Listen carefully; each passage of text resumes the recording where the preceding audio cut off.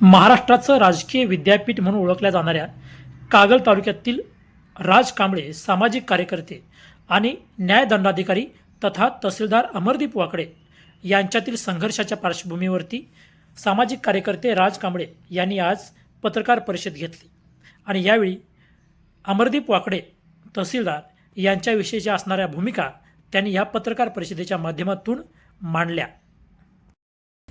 जर या चॅनलवरती आपण नवीन असाल तर हे news great Maharashtra channel like करा, शेअर करा, सबस्क्राईब करा।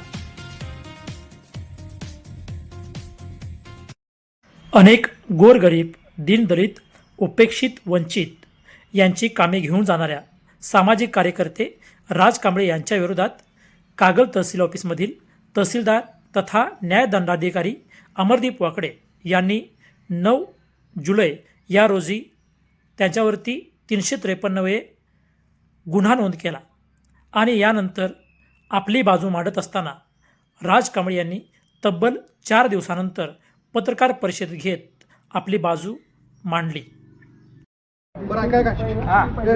न्यूज ग्रेट महाराष्ट्र चॅनल आज आपण या कागलच्या शाहूंच्या नगरीमध्ये आहोत। 9 तारखेला सामाजिक कार्यकर्ते राज कांबळे यांच्यावरती न्यायदंडाधिकारी तथा तहसीलदार यांनी जी काही केस नोंदवली आहे त्या संदर्भात आज राज कांबळे यांची पत्रकार परिषद होती। नेमकं राज कांबळे आणि त्यांच्या असणाऱ्या सहकार्यांना, संघटनेच्या पदाधिकाऱ्यांना नेमकं काय या संदर्भात विशद करायचं आहे हे आपण त्याच्यासोबत बघूया। नेमकं काय विषय आहे आणि हा जो पावित्र्य आहे तहसीलदारांचा असेल किंवा तुमचा असेल तर नेमका काय आहे विषय? मुख्यतः त्या दिवशी तहसीलदारांना मी 4:30 वाजता स्वतः मॅसेज केला की गुरुसाहेब आपलं ॲफिडेविट करत नाही साहेब, थोडंसं लक्ष द्या। 2 दिवसापूर्वी आम्ही या विषयासंदर्भात आमचं शिष्टमंडळ 10 ते 12 लोक भेटले होते। ऑन रेकॉर्ड त्यांच्या CCTVमध्ये ते असेलही। आणि सर्वात महत्त्वाची गोष्ट, त्याच दिवशी आम्ही SRI बाबत मी शेतकरी संघटनेबरोबर निवेदन दिले, ते निवेदनसुद्धा पेपरला आलेलं आहे। आणि त्याच दिवशी मी एका ॲफिडेविटबाबत आणि स्वतःच्या माझ्या ॲफिडेविटबाबत एक शैक्षणिक ॲफिडेविट होतं आणि माझं एक शासकीय योजनेचं ॲफिडेविट होतं, जो स्वतः मी त्या ॲफिडेविटचा जबाबदारी व्यक्तिमत्व होतो। असं असताना अव्वल कारकुनीही तिथं होते आणि स्वतः तहसीलदार होते आणि सर्कलसुद्धा होते, पण कोणीही ॲफिडेविट करायला तयार नव्हतं। त्या ॲफिडेविटमध्ये लिहिलेलं असतं की जर तुम्ही ॲफिडेविट चुकीचं आणि न्यायदंडाच्या विरोधात केला असेल तर तुमच्यावर या कलमानुसार कायदेशीर कारवाई होईल, त्याला सर्वस्वी मी जबाबदार असतो। पण आजही आम्हाला समजलं त्या कार्यालयात का ॲफिडेविट करत नाहीत। त्यासाठी माझा आणि तहसीलदारांचा एक वैचारिक आणि संविधानिक वाद झाला, याच्या व्यतिरिक्त दुसरं काही झालेलं नाही।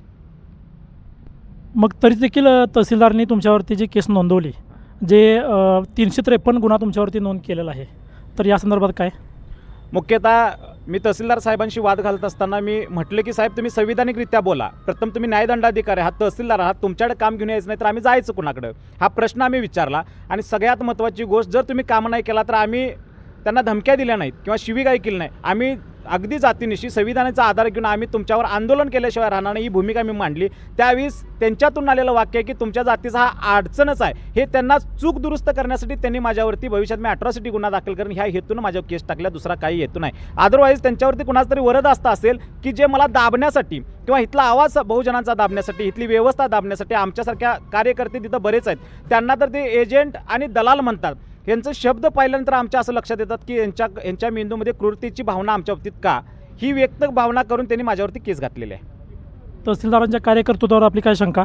नाही, कार्यकर्तृत्व पाहिलं तर आम्हाला त्या कार्यालयामध्ये कमीत कमी 6 ते 7 ठिकाणी स्वच्छतागृह आहेत, त्या स्वच्छतागृहांना कुलूप असते, त्या बाबतीत आम्ही निवेदनसुद्धा दिलं होतं। आम्हाला लघवीलासुद्धा त्या कार्यालयाच्या बाहेर फेकलं जाते। त्या दिवशी मी माझ्या हातात असणारं ॲफिडेविट त्यांना दिलं होतं, त्यांनी शिवलंसुद्धा नाही। आणि मुख्यतः आमच्यासंगत बोलत असताना ते डोळे मोठे करून बोलणे आणि मुरडपणे बोलणे ही त्यांची भावना आहे, त्यामुळं आम्हाला ते जातीयवादी वाटतात, ह्यात मात्र शंका नाही। आपल्यासोबत अनिल सिद्धेश्वर आहेत, जे शिंदे गटाचे जे बहुजन संघटनेचे काम करतात। या चॅनलच्या माध्यमातून पूर्ण कोल्हापूर जिल्हा आणि कागल तालुक्यातल्या सर्वच आंबेडकरी चळवळीला जय महाराष्ट्र, जय भीम। खऱ्या अर्थानं राज कांबळेसारख्या एका शिवसैनिकावर ज्या वेळा अशा पद्धतीचा तहसीलदारानं अतिशय आव्हानकारक आणि अपमानकारक अशा पद्धतीनं भाषा बोलून आपल्या दालनात, आणि एवढंच नाही तर या आंबेडकरी चळवळीतल्या ज्या बहुजन समाजातल्या कार्य करणाऱ्या कार्यकर्त्यांना दलाल आणि एजंटगिरी अशा पद्धतीनं जे शब्द बोलतात हे निंदनीय आहे। आणि अशा या शब्दाचा मी खरोखर कशा अर्थानं मी धिक्कार करतो, निषेध करतो। खऱ्या अर्थानं की मी बाईटच्या माध्यमातून या वाकडे साहेबांना सांगतो की मी त्यांच्या ज्यावेळेला भेटीला जाईन त्यावेळेला मी छत्रपती शाहू राजांचं मी पुस्तक भेट देणार आहे, त्यांचं आत्मचरित्राचं पुस्तक भेट देणार आहे. त्यांना एवढं माहीत असायला पाहिजे होतं, कागल ही शाहू राजांची जन्मभूमी आहे. ज्यावेळेला स्वातंत्र्य नव्हतं त्यावेळेला समता, बंधुता, न्याय यावर आधारित हे संस्थान त्यांनी चालवलेलं होतं. सर्व समावेश अशा पद्धतीचं ते राज्य होतं, हे संस्थान होतं. आणि त्या संस्थानामध्ये बहुजन समाजातल्या कार्यकर्त्यांना अशा पद्धतीचं अपमानकारक, अशा पद्धतीचं अवहेलना, अशा पद्धतीची वाईट अवस्था आणि अशा पद्धतीनं त्यांनी जे केलेले कृत्य आहे, एवढंच नाही तर या महाराष्ट्रातला मोठा विनोद असा असेल की न्यायदंडाधिकाऱ्याकडे न्याय मागायला गेलेल्या कार्यकर्त्यावरच किंवा अभ्यागतावरच पोलीस स्टेशनमध्ये जाऊन 2 ते 2.5 तास थांबून त्याच्यावर गुन्हा नोंद केला पाहिजे अशा पद्धतीचा अर्ज देऊन पोच घेऊन आपल्या घरी आलेला 12-12:30 वाजता. मला या निमित्तानं असं सांगावं वाटतं आहे की यांना संविधानाचा अभ्यास आहे की नाही, याचा पदाचा त्यांना आकलन आहे का नाही. याने न्यायदंडाधिकाऱ्यानं खरं म्हणजे अशा या सगळ्या गोष्टीची चौकशी करून आपल्या दालनात समविचारी माणसांना, अधिकाऱ्यांना बोलवून, विषय तर काय होता की एका अफिडेविटचा होता. मी या तहसीलदारांच्या या सर्व महसूल विभागाच्या कागल तालुक्यातल्या सर्व विभागाचा हा प्रमुख माणूस आहे. म्हणजे PWD असेल, आरोग्य असेल, पंचायत समिती असेल, या सगळ्यांचा प्रमुख. जर हा दंडाधिकारी जर पोलीस स्टेशनमध्ये जायत असेल तर या जनतेनं कुठं जायचा असा प्रश्नचिन्ह होतो आहे.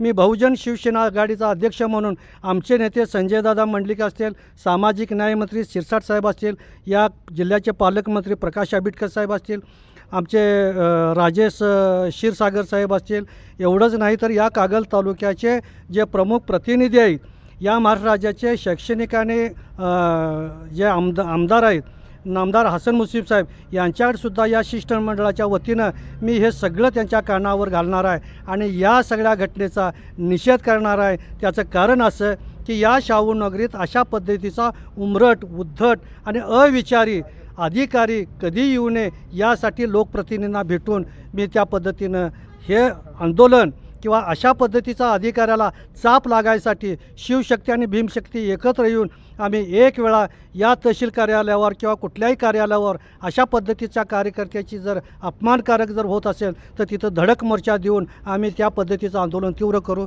एवढंच या निमित्तानं बोलतो. जय महाराष्ट्र, जय भीम. तुम्ही काय गेला होता? तर खरं तर मी मागील 4-5 महिन्यापूर्वी पंचायत समितीचा एक उमेदवार होतो, शिवसेना शिंदे गटाचा. 3672 मताचं मी प्रतिनिधित्व करतो आहे आणि त्याच कार्यालयामध्ये माझी सौभाग्यवती माझी पत्नी ही संजय गांधीची निराधारची सदस्य आहे. मी कामं घेऊन गेल्यानंतर जर तहसीलदारांना रागच येत असेल तर आमची तिथं निवड का केली हा आमचा पडलेला प्रश्न आहे. आम्ही निवडणूक लढवल्यानंतर 2 नंबरची मतं मी घेतल्यात. एक विरोधी पक्षनेता या भूमिकेत मी पंचायत समितीची भूमिका त्या कार्यालयामध्ये पार पाडतो. जर आम्ही जर त्या कार्यालयात यायचं नाही ह्याचा अर्थ असा समजून येतो की महार, मांग, ढोर, चांबार ह्यांना चालतच नाही. म्हणजे मी एका कॅटेगरीचा आहे, तू आला तर तुला सोडणार नाही, भूमिका त्यांची मला दिसून आली. त्यामुळं मी एसपींच्याकडं आणि 26 पोचेस आहेत माझ्याकडे, म्हणजे 26 राष्ट्रपती पंतप्रधानापासून हे नवी दिल्ली भारत सरकारपासून ते कागलच्या PI पर्यंत मी त्यांच्यावर गुन्हा दाखल करावा ही भूमिका मांडलेली आहे. जर त्यांनी गुन्हा दाखल नाही केला तर 15 ऑगस्ट रोजी मी आत्मदानाचा इशारासुद्धा त्यांना का देऊ नये हा माझ्या मनामध्ये पडलेला प्रश्न आहे आणि तो नक्कीच मी वेळप्रसंगी देणार आहे. जर न्यायदंडाधिकारीच न्याय मागायला जर गेले तर सामान्य जनतेने नेमकं कुणाकडे न्याय मागायचा?